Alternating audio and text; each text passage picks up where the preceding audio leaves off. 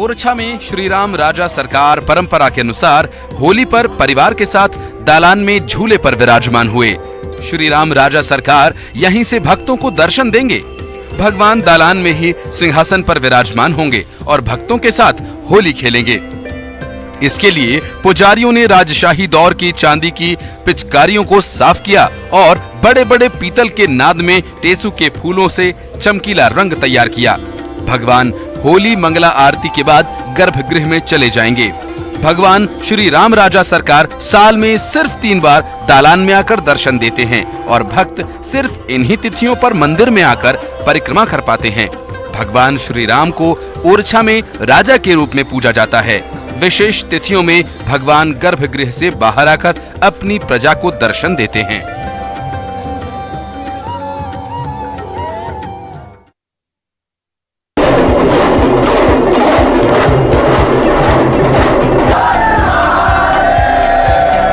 सीहोर के चमत्कारेश्वर मंदिर में चंदन जलाभिषेक के साथ होली खेली गई और इस दौरान कथावाचक पंडित प्रदीप मिश्रा ने भी भगवान महादेव के साथ होली खेली।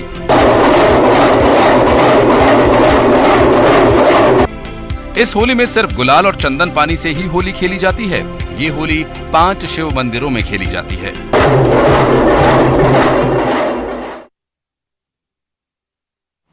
कहाँ यहीं उतरना है? आ जाएंगे सर। आ गए? क्या क्यों? कितनी दूर लेके आए हम? ग्वालियर में पुलिस ने इंसानियत का फर्ज निभाया। होली के दिन पेट्रोलिंग पर निकले एसडीओपी संतोष पटेल ने पैदल जा रहे बुजुर्ग दंपत्ति को गाड़ी में बैठाकर उनके गांव तक पहुंचाया।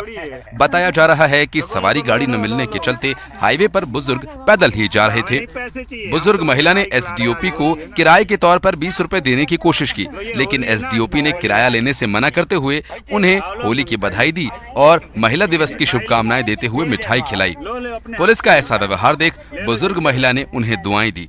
एसडीओपी ने इसका वीडियो सोशल मीडिया पर शेयर किया और बुजुर्ग दंपत्ति को लिफ्ट देने के बाद मिली दुआओं का जिक्र भी किया। पैसे लेते जाओ ना, ऐसे पैसे नहीं दिए। तो आप भी खुशी रहना अच्छे से। छोटी छोटी खुशियाँ होती हैं जो छोटे छोटे काम करने से मिलता है, बड़े काम करने की जरूरत नहीं पड़ती।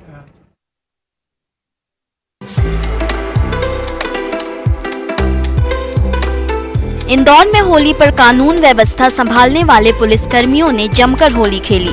पुलिस परेड ग्राउंड पर पुलिस कमिश्नर ने पुलिसकर्मियों के लिए होली मिलन समारोह का आयोजन रखा था, जिसमें पुलिसकर्मियों ने रंग गुलाल लगाकर होली खेली। इस दौरान ढोल नगारों की थाप पर कमिश्नर समेत सभी अफसर खूब थिरके। इस दौरान महिला पुलिसकर्मियों का भी उत्साह देखते बन रहा था। पुलिसकर्मियों ने डीजे की धुन पर डांस भी किया। पानी की बौछारों के बीच होली के रंग में सराबोर हुए। पुलिस भीड़ को तितर बितर करने के लिए पानी का उपयोग करती है, लेकिन यहाँ पुलिसकर्मी खुद भीगते नजर आए।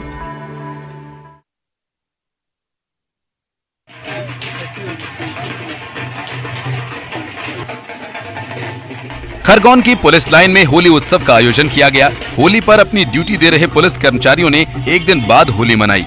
पुलिस की इस होली में कलेक्टर, डीआईजी, एसपी भी शामिल हुए और पुलिस कर्मचारियों के साथ जमकर डांस भी किया। होली के उत्सव में एसपी ने गाना भी गाया। पुलिस कर्मचारियों ने प्राकृतिक और सूखे रंगों से होली खेली। अधिकारियों ने रंग लगाकर होली की बधाई दी। इस दौरान ऑर्केस्ट्रा के गानों की धुन पर पुलिस कर्मचारी डांस करते नजर आए।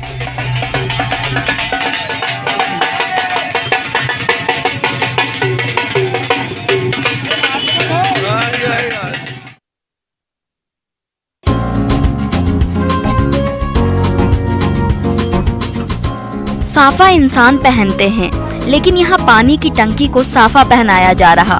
ये कोई साधारण साफा नहीं है, दुनिया का सबसे बड़ा साफा है। बैतूल के वकील आदित्य पचौली ने दुनिया का सबसे बड़ा साफा बांधने का विश्व रिकॉर्ड बनाया है। आदित्य ने साफे के लिए 132.28 मीटर लंबे और 2.61 मीटर चौड़े कपड़े का उपयोग किया है और 49 मिनट 4 सेकंड में बांध विश्व का सबसे बड़ा साफा बांध भी दिया। ये साफा 750 लीटर वाली पानी की टंकी पर बांधा गया था और Guinness book of world records के लिए अप्लाई किया था और इन्हें शानदार साफे के लिए वर्ल्ड रिकॉर्ड का प्रमाण पत्र मिल गया है। पिछले 14 सालों से आदित्य साफा बांधने का काम कर रहे हैं और दुनिया का सबसे बड़ा साफा बांध अपना हुनर दिखाया है।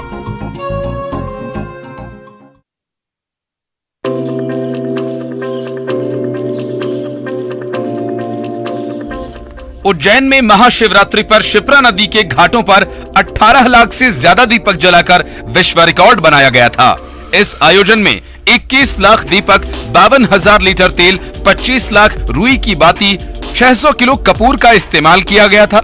जिला प्रशासन का दावा था कि ये जीरो वेस्ट इवेंट होगा, लेकिन आयोजन के बाद दीपक और रुई निगम कार्यालय के बाहर कचरे के ढेर बनकर फेंक दिए गए।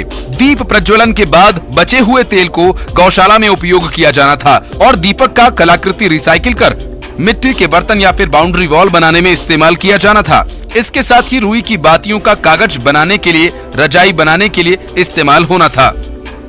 लेकिन दीपक और रुई के निगम कार्यालय के बाहर पड़े ढेर से इस बात का अंदाजा लगाया जा सकता है कि दावों और हकीकत में कितना फर्क है।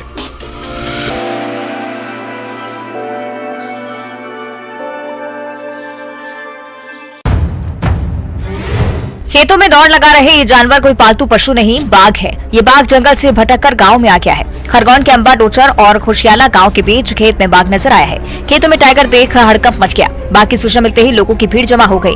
गांव की ओर बाघ आने की सूचना मिलने पर वन अमला और पुलिसकर्मी मौके पर पहुंच गए। बताया जा रहा है कि पानी की तलाश में बाघ जंगल से गाँव पहुंचा है। बाघ के आने से लोगों में दहशत है।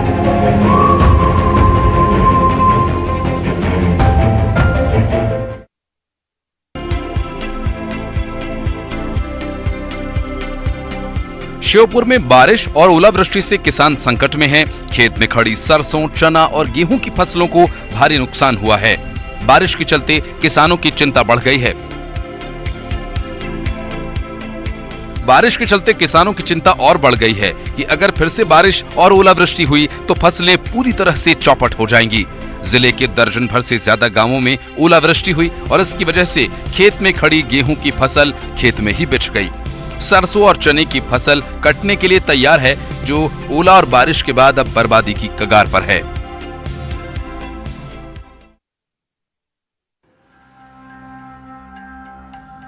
गरियाबंद में आग ने कहर बरपाया है।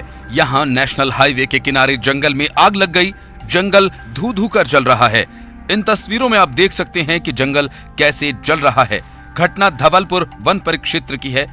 इस आग से पेड़ पौधों के साथ ही वन्य प्राणियों को भी काफी नुकसान पहुंच रहा है, लेकिन वन विभाग आग बुझाने का प्रयास नहीं कर रहा।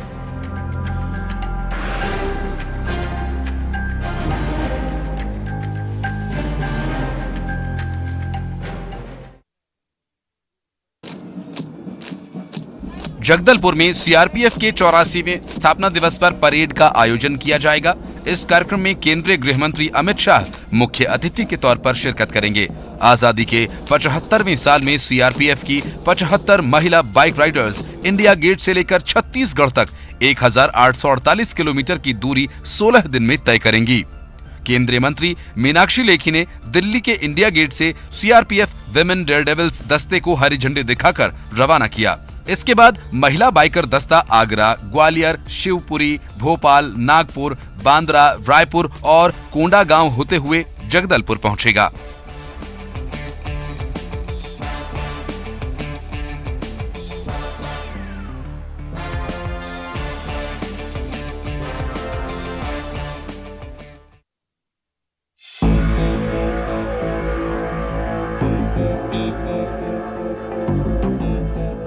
पेंड्रा में हाथियों ने उत्पात मचाया हुआ है।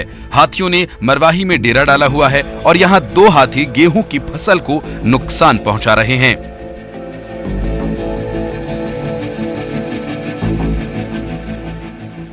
इन तस्वीरों में आप देख सकते हैं कैसे हाथी खेत में डटे हुए हैं।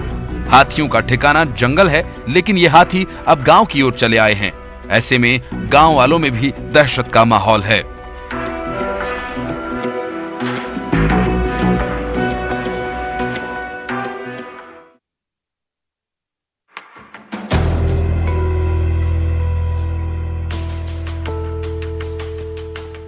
अंबिकापुर में कुएं में गिरे एक शख्स का रेस्क्यू का वीडियो वायरल हो रहा है।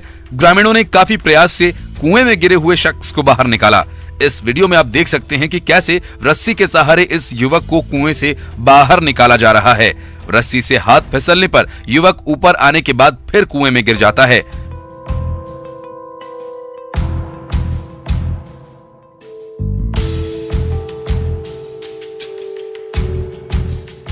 लेकिन उसके बाद भी युवक ने हिम्मत नहीं हारी और रस्सी को पकड़े रहा।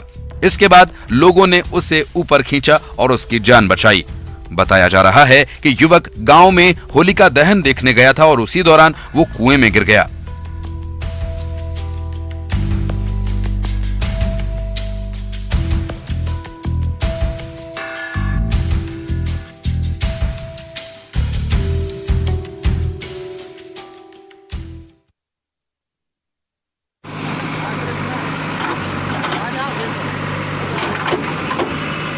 एमपी में मामा का बुलडोजर लगातार दौड़ रहा है।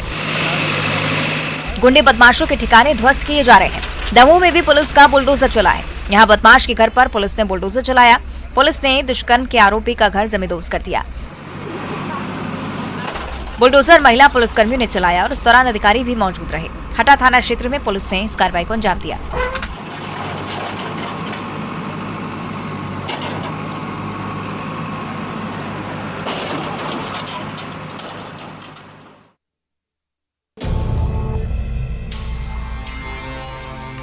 कांकेर प्रशासन की टीम ने तमिलनाडु से 10 मजदूरों का रेस्क्यू किया, जिन्हें सुरक्षित वापस लाया गया। बताया जा रहा है कि प्रशासन को जानकारी मिली थी कि अंतागढ़ ब्लॉक के ग्रामीण बोरवेल गाड़ी में कार्य करने गए और जब वो घर वापस आना चाहते थे तो उन्हें वापस नहीं आने दिया जा रहा था, जिसके बाद प्रशासन और पुलिस संयुक्त रूप से मौके पर पहुंचे और सभी को सुरक्षित लाया गया। इनमें 4 नाबालिग मजदूर भी हैं। प्रशासन इन्हें योजनाओं से जोड़कर नौकरी दिलाने की बात कह रहा है।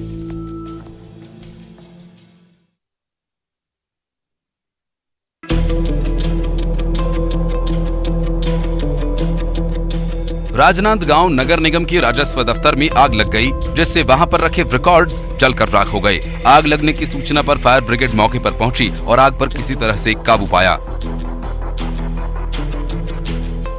आग लगने पर आयुक्त के साथ ही अधिकारी और कर्मचारी भी मौके पर पहुंचे। पुलिस आग लगने की वजह की जांच कर रही है।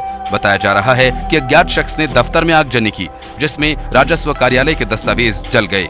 घटना की शिकायत पुलिस में दर्ज कराई गई है। राजस्व निरीक्षक ने बताया कि नगर निगम की राजस्व टीम ने लिस्ट बना ली है और ऑनलाइन डाटा भी निकाला जा रहा है।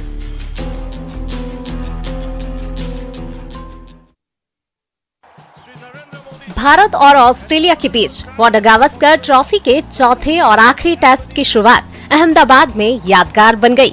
दोनों देशों के प्रधानमंत्री मौजूद रहे। पीएम नरेंद्र मोदी ने ऑस्ट्रेलियाई पीएम एंथनी अल्बनीज की अगवानी की और फिर दोनों एक साथ मैदान में पहुंचे।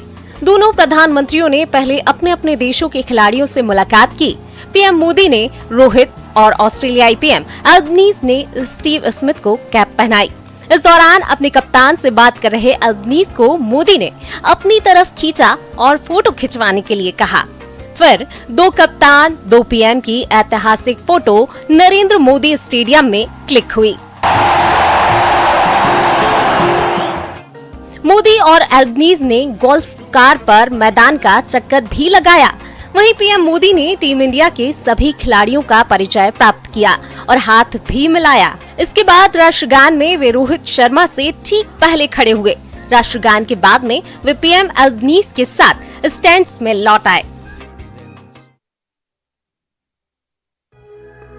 ऋषिकेश में पतित पावनी गंगा के तट पर योग साधना का विहंगम दृश्य लोगों के तन मन में नई ऊर्जा भर रहा है।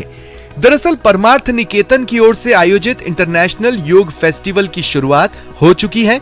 इस फेस्टिवल में करीब 90 देशों के योग साधक अपने जीवन की दशा दिशा बदलने के लिए एकत्रित हो चुके हैं। ये योग साधक 7 दिनों तक भारतीय योग, ध्यान, अध्यात्म और आयुर्वेद की कई विधाओं से परिचित होंगे। कई साल पहले 16 से 18 प्रतिभागियों के साथ इस योग यात्रा की शुरुआत हुई थी, जो आज एक वट वृक्ष की तरह विशाल हो गया है और पूरे विश्व को योगमय करने के लिए प्रतिबद्ध है। इस वर्ष अब तक 90 देशों के 1000 से अधिक लोग हिस्सा ले रहे हैं। वहीं 25 से अधिक देशों से 75 योगाचार्य अपनी उत्कृष्ट विधाओं के साथ इस अंतर्राष्ट्रीय योग महोत्सव में सहभाग कर रहे हैं।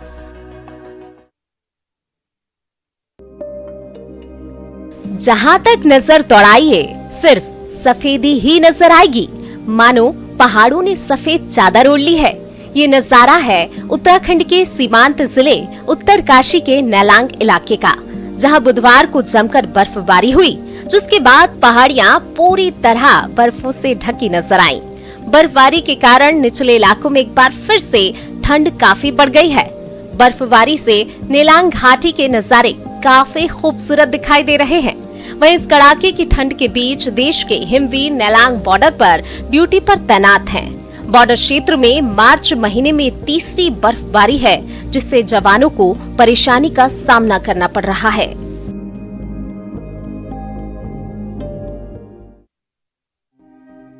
गुजरात के वडोदरा के एक टैटू आर्टिस्ट ने कमाल का कारनामा कर दिखाया है। उन्होंने लगातार 91 घंटे तक टैटू बनाकर अपना नाम Guinness book of world record में दर्ज करा लिया है। इसी के साथ उन्होंने टैटू बनाने के 65 घंटे के पुराने रिकॉर्ड को भी तोड़ दिया है। इस कारनामे को अंजाम देने वाले कलाकार का नाम है ईशान राणा। ईशान राणा एक टैटू आर्टिस्ट है और वो इस पेशे से कई सालों से जुड़े हुए हैं। उन्होंने दुनिया में अपना नाम बनाने का फैसला किया और आखिरकार उनकी मेहनत रंग लाई। उन्होंने 91 घंटे तक दिन रात मेहनत की और ये रिकॉर्ड कायम किया है। इस 91 घंटे के दौरान ईशान ने 64 लोगों को कुल 74 टैटू बनाए, जिनमें वडोदरा की ऐतिहासिक इमारतों के टैटू भी शामिल हैं। Guinness book of world records में अपना नाम दर्ज करवाने के बाद ईशान ने अपने घर वालों के साथ खुशी मनाई। ईशान ने 3 मार्च से ही अलग अलग लोगों को टैटू बनाना शुरू किया और उन्होंने 7 तारीख को यह उपलब्धि हासिल कर ली। ईशान ने Guinness book of world records के दिशा निर्देशों के अनुसार हर 4 घंटे में सिर्फ 20 मिनट का ब्रेक लिया। पर जानलेवा हमला हो गया। शराब पीकर उत्पात मचा रहे लोगों ने